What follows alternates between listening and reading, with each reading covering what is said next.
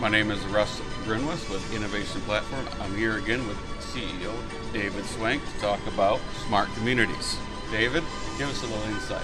You bet, Russ. Well, again, great to be here and great to talk about communities. We all know that the communities in which we all serve or we're part of, where people live, work, and play, is the lifeline of cooperatives.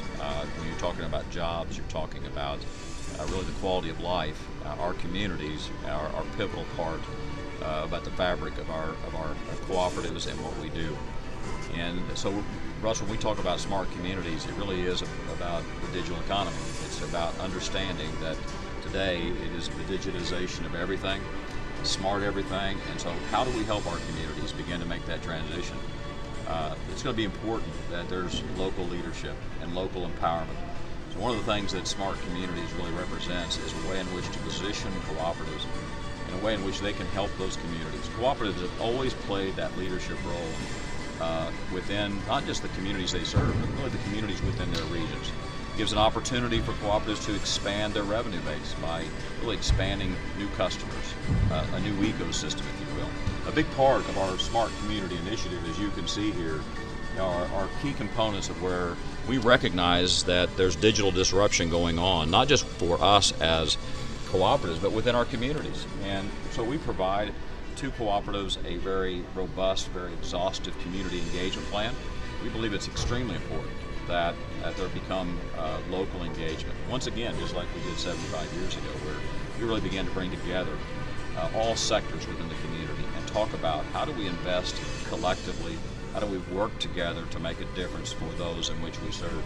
We talk about doing things such as pest analysis. We talk about those types of things in strategic planning, but how important it is for us to know the political, economic, social, cultural, and technological baseline for that community as we think about building smart communities of the future. We do a lot of community analytics, helping cooperatives and helping communities better understand where they're at today.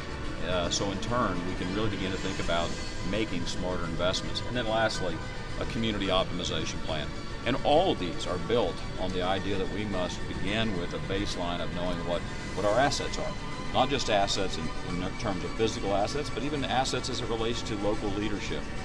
And we're excited that we've established such a close tie and partnership with Pitney Bowes.